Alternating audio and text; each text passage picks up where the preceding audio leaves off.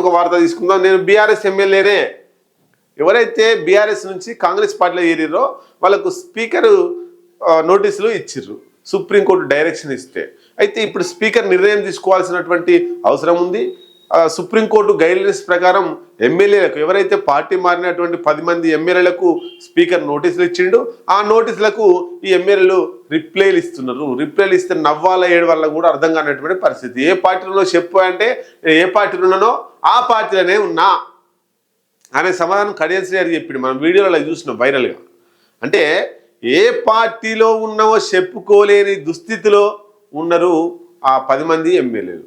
గంత ఇబ్బందుల్లో ఉండి రాజకీయం చేయాల్సినటువంటి పొజిషన్లో ఉన్నారు. ఒకసారి అర్థం చేసుకోవచ్చు. ఏ పార్టీ అంటే చెప్పలేనటువంటి దుస్థితిలో ఉన్నారు.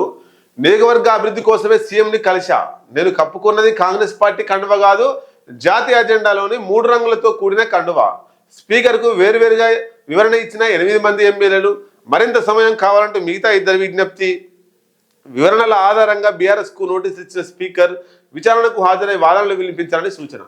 ఇక్కడ ఆ కాంగ్రెస్లో చేరిన బీఆర్ఎస్ 10 మంది ఎమ్మెల్యేలు రేవంత్ రెడ్డి మనసులో ఏమున్నదంటే, వాస్తవంగా ఈ ముఖ్యమంత్రిని కలిసినప్పుడు ముఖ్యమంత్రి కండువా వేసేటప్పుడు చేయి గుర్తున్నటువంటి కండువాలు కాకుండా ఈ 3 రంగుల, అంటే కాంగ్రెస్ పార్టీ కండువనే కానీ దాంట్లో చేయి గుర్తు లేదు, అట్లాంటి కండువలే కప్పిండు.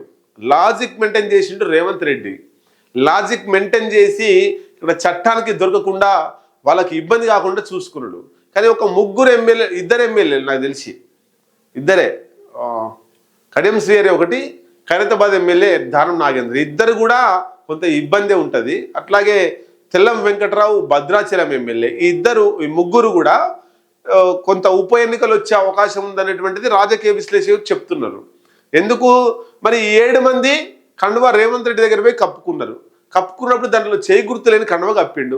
ఏమనంటే అంటారు కదా, జాతీయ జెండా 3 రంగుల, జాతీయ జెండాలోని 3 రంగులతో కూడిన కండువ, 3 రంగులతో కండువ వేసుకుంటే నేను కాంగ్రెస్ పార్టీలో ఏరినట్ట అనేది వాళ్ళ ఉద్దేశం.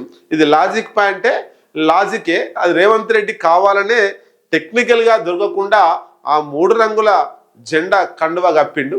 సరే, మరి మీ 3 ఏమవుతుందంటే, Khairatabad MLA Danam Nagender BRS party car గుర్తు మీద గెలిచి కొన్ని రోజులైన తర్వాత కాంగ్రెస్లో చేరి తర్వాత సికింద్రాబాద్ ఎంపీగా పోటీ చేసిండు. అక్కడనేమో కారు గుర్తు మీద పోటీ చేసిండు, గెలిచిండు. ఇక్కడ కాంగ్రెస్ చేయి గుర్తు మీద పోటీ చేసిండు, ఓడిపోయిండు. ఈ లాజిక్ పాయింట్లో దొరికిపోయి మళ్ళీ అక్కడ ఉప ఎన్నికలు వచ్చే అవకాశం 100కు 100% ఉంది. ఇక కడియం శ్రీహరి తన కూతురుకు బీఆర్ఎస్ పార్టీ టికెట్ కేటాయించినప్పటికీ వరంగల్ ఎంపీగా ఆ బీఆర్ఎస్ పార్టీలో ఉంటే గెలుస్తానో గెలువను అని చెప్పేసి ఎన్నికల ముందే కాంగ్రెస్ పార్టీలోకి వచ్చి కాంగ్రెస్ పార్టీ కండువ కప్పుకున్నారు. అయితే ఇక్కడ ఈ కడియం శ్రీహరి గెలిచిందేమో కాంగ్రెస్ గుర్తు మీద కాకుండా బీఆర్ఎస్ కారు గుర్తు మీద గెలిచిండు. తన కూతురు ఎంపీ ఏమో చేయి గుర్తు మీద గెలిచింది. ఆ ప్రచార రథాలలో, ఆ ప్రచార కార్యక్రమాలలో, కాంగ్రెస్ పార్టీ ఏర్పాటు చేసినటువంటి మీటింగ్లలో చేయి గుర్తుకు వేయండి అని చెప్పిండు కడియం శ్రీహరి. ఆ ఎవిడెన్స్ బొమ్మాటంగా బీఆర్ఎస్ దగ్గర ఉన్నాయి. కాబట్టి అక్కడ కూడా ఉప ఎన్నికలు వస్తాయి. ఇక తెల్లం వెంకట్రావు పోయి అనే కాంగ్రెస్ పార్టీ, అంటే సింబాలిక్గా కాంగ్రెస్ పార్టీలో చేరుతున్న స్టేట్మెంటే ఇచ్చిండు.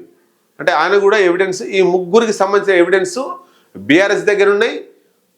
అవి స్పీకర్కి ఇస్తారు, వాళ్ళ మీద నిర్ణయం తీసుకొని ఈ 3 కాన్స్టిట్యూన్సీల్లో ఎన్నికలు వస్తే అది రేవంత్ రెడ్డి కూడా తెలుసు, వీళ్ళకు చెప్పేసిండు ఆల్రెడీ. మీరు 3 కూడా ఉప ఎన్నికలకు సిద్ధంగా ఉండాలని చెప్పిండు.